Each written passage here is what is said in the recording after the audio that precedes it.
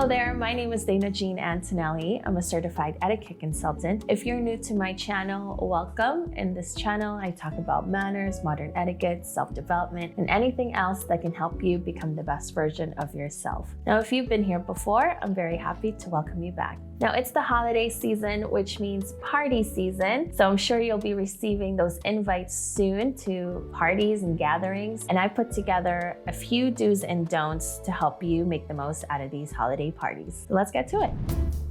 Number one, RSVP and arriving on time. So you do want to RSVP as soon as possible. If you have to, wait a day or two. You need to figure out your schedule, but that's the max time that I would suggest you wait. And of course, arrive on time to the party. I will say if it's a dinner party at someone's home, it's okay to be 5-10 minutes late.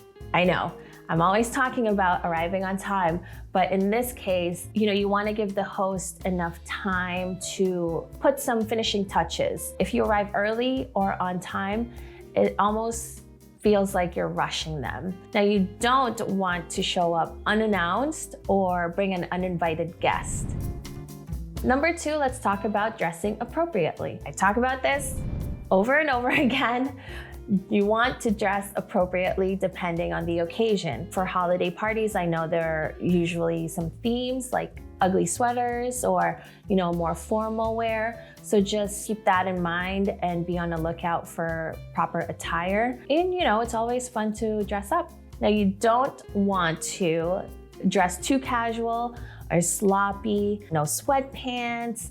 But again, it really depends on the theme. So, ugly sweater parties. Of course, you're gonna wear an ugly sweater, but just be mindful of making sure you're still put together. Number three, let's talk about bringing a gift. Now, this goes for a dinner party, again, at someone's home. So you definitely do want to bring a gift, just something small as a sign of gratitude to the host for inviting you, and send a follow-up thank you after the dinner party. Now, you don't want to bring something excessive or grand. So say you bring a dessert when the host didn't ask you to. So that kind of messes up their agenda for the evening as far as food goes. Number four, let's talk about conversations. Now, you do want to engage in polite conversations.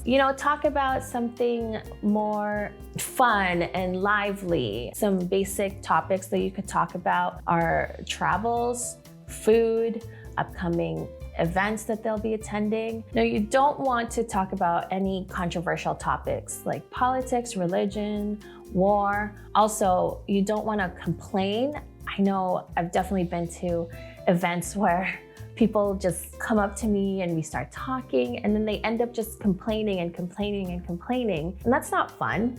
Also, be mindful about talking too much about yourself. Certainly tell people what you do for work. Sometimes it can be too much, and the person you're talking to is probably just starting to get bored. Instead, ask them, show interest in the person that you're speaking with. Number five, let's talk about how to hold your drink. Now, this one would go if it's more of a cocktail stand-up event. You want to hold your drink on your left hand. This way, your right hand is readily available in case you ever meet someone and you can shake their hand very easily. Now, you don't want to juggle your drink and your food with both hands. This will make it awkward if you were to greet and introduce yourself to someone. So instead, find a high top table, put your cocktail on the table, and if you see an appetizer being passed around that you wish to try, then you have both hands to grab a napkin and grab a bite and then eat.